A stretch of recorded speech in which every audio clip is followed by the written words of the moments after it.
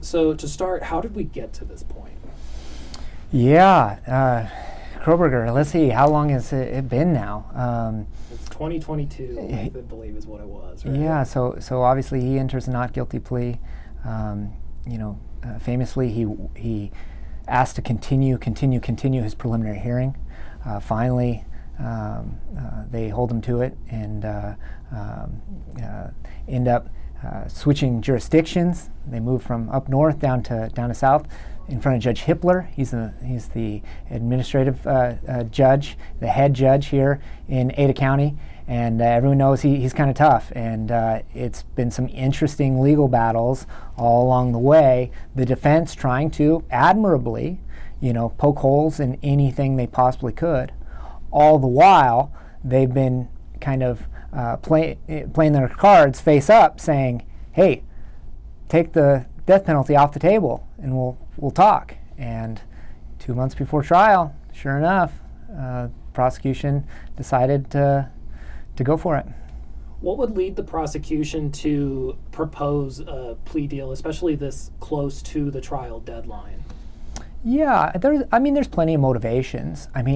What's funny is when you play this game, and it's kind of like poker, you never show your full hand, right? Even after you win, a lot of times you muck the cards, right? And so prosecution could have had a key witness that's changing their story, a key witness that's missing, or not wanting to come testify, a change in posture maybe by the victims, maybe a piece of evidence came up that they don't necessarily love, right? Or it could just be fatigue. Everyone involved, the family, the attorneys, just experiencing fatigue and know that this is going to go on like this for an extended period of time without this plea agreement. They just went ahead and took the sure thing. He's going to be locked up the rest of his life, no question about that. And so they decided finally that they were satisfied with that result.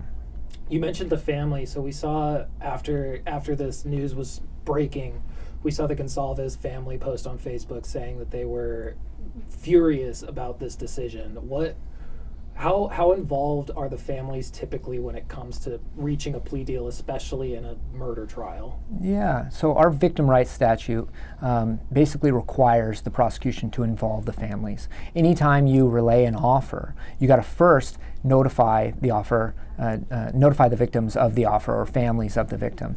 And so many times, and every prosecutor is a little different. Every prosecutor sees their duty as a little different. Sometimes they'll take marching orders essentially from the victims, right? They'll say, "Hey, you were affected by this. What do you want to see happen?" And they'll kind of be their champion.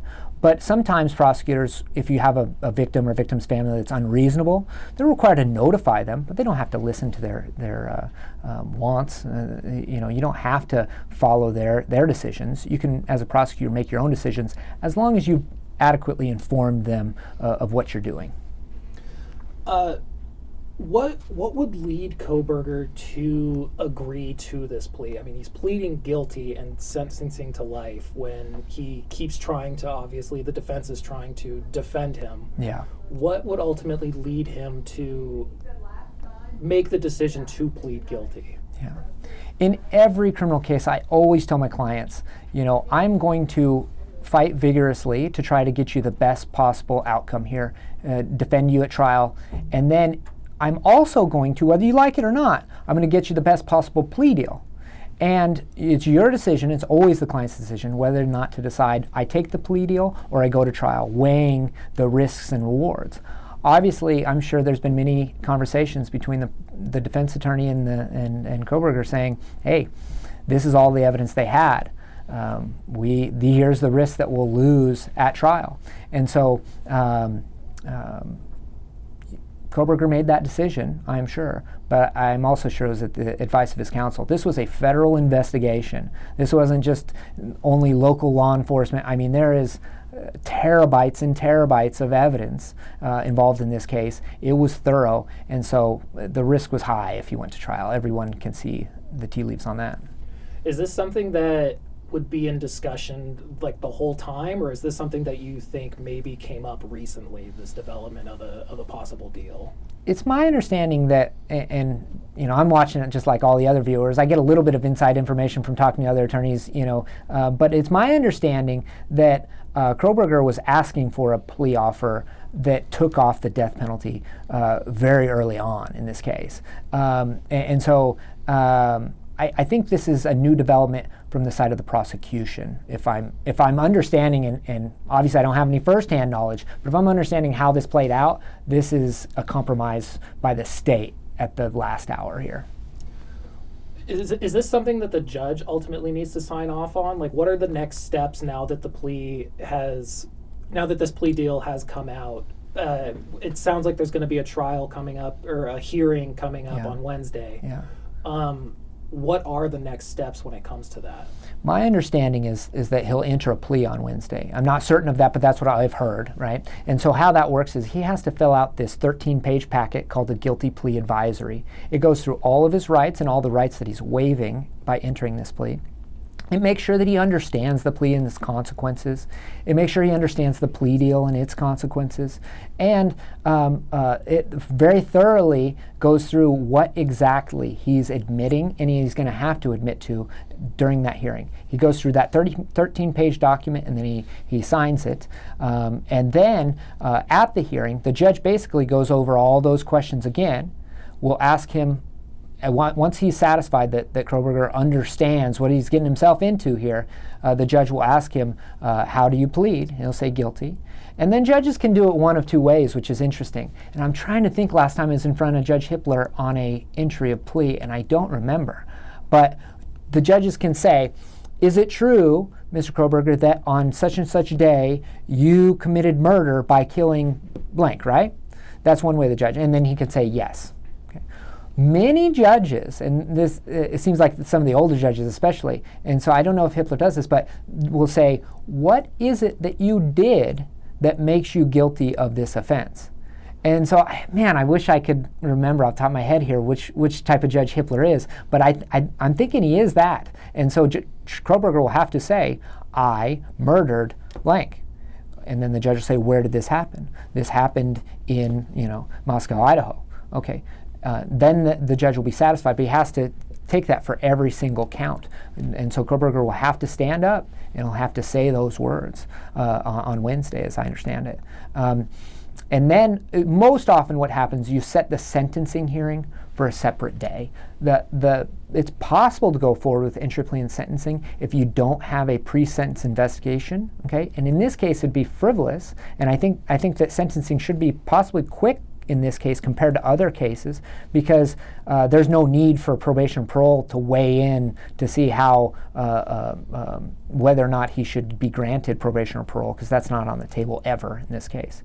But they in the same token, they want to have enough time that they can get witnesses for this sentencing hearing. I'm sure some of these victims' families will want to be heard, and they have the right to make their voice heard at how this crime has impacted them.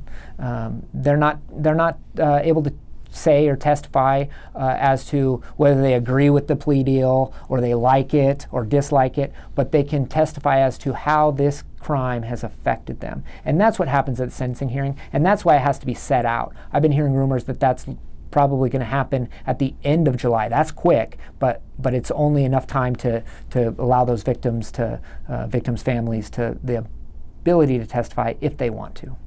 So if he has to stand up and say, I did this, yeah. Is a situation like this a real admission of guilt, or is it a admission to get the best deal that you possibly can because maybe the trial wasn't going to go in your favor? Yeah, that's interesting. That's interesting. So you asked earlier, does the judge have to accept this? And now I see I kind of ignored that question, because the only way the judge would not have to accept this is if Kohberger says, doesn't admit fully. Okay, the judge has to accept this deal if Kohberger admits to it. Now, if he tries to waiver, and I've seen Hippler be a stickler on this point. If Kohberger tries to say, I'm only doing this for the plea deal, judge is not going to accept this. Okay, there are exceptions. Just in every law, there's exceptions, right? And so there is the possibility of an Alford plea, which is different. It's kind of like a no contest. I don't think that is even on the table here. It has to be something that's agreed to, and I don't think the prosecution is agreeing to that. But I don't know. But I think that as long as Kohberger stands up and he says, I did do this, then the judge is going to accept it and set it for sentencing. But you're right. If Kohberger qualifies that at all, I know Judge Hippler's not going to accept that at all. Is there anything else that you think I missed out on that you think our viewers should know? No. This is happening last hour here, and so I know there's going to be some juicy details coming out. But at this point, the next stage into this plea and go forward with sentencing. That sentencing, man, if all the victims' families actually do want to make an impact statement, and the prosecution gives a full, argument for aggravation, that could be a day-long sentencing potentially. But on the other hand, this is set in stone. This is 4 consecutive life sentences. And I also heard that they wanted him to plead to the burglary and do the full 10 years on that, just as out of principle, I guess. And so this is set in stone. He won't ever be released from prison. He will spend the rest of his life. And so there's not really a need for that lengthy of a sentencing, and because you're not really arguing about anything. The judge followed the sentence, and the judge will. That's so. I guess my takeaway is there's a lot of finality to this. It will be done. No, he's waiving his right to, that's maybe something we didn't talk about. As a part of the deal, he's waiving his right to appeal, meaning he can't later come back and say that the sentence was too harsh, or my rights were violated, or anything about the bushy eyebrows or the sheath, or none of that can come out later. He's waiving all of those appellate rights. So this will be done, and I imagine there will be no new news regarding this case after this sentencing. Sorry, one more thing. It kind of going off of like the sheath and the bushy eyebrows and everything. Yeah. We've seen in the past murder cases of someone getting convicted, and then long down the line, a piece of evidence comes out that exonerates them. Yeah. Is that something that would be possible in this instance if he waives his right to appeal? Oh, that's interesting. No, that's interesting. There is actually, some circuits are split on this to where you can even bring that post-conviction relief. It's not necessarily an appeal, that's post-conviction, asking for petition of writ of habeas corpus, saying that, hey, new evidence came forward, you should overturn it. And actually there's some case law that says no, you cannot even bring that up. But it's arguable whether he'd be able, and I'd have to see the fine print of exactly what he is waiving when it comes to appellate rights. When you say I'm waiving your right to appeal, it ordinarily wouldn't include that later petition. But it can. It absolutely can. And I wonder, man, there are a lot of details here we could dive into once we actually see this plea agreement and how encompassing it actually is. Is the plea agreement something that could be released before this Wednesday hearing, or is that something that will probably be under wraps? It'll be under wraps, yeah. And oftentimes it'll just be filed attached to the guilty plea advisory. And so since this case is open, they made it transparent, all the pleadings in this case from the beginning, we'll be able to see that as of Wednesday. I mean, potentially they could file it ahead of Wednesday, but no, I imagine it's going to be filed that day, right before or while they enter the plea. Perfect. Thank you so much for chatting with us. Yeah, of course. I really appreciate it. Of course.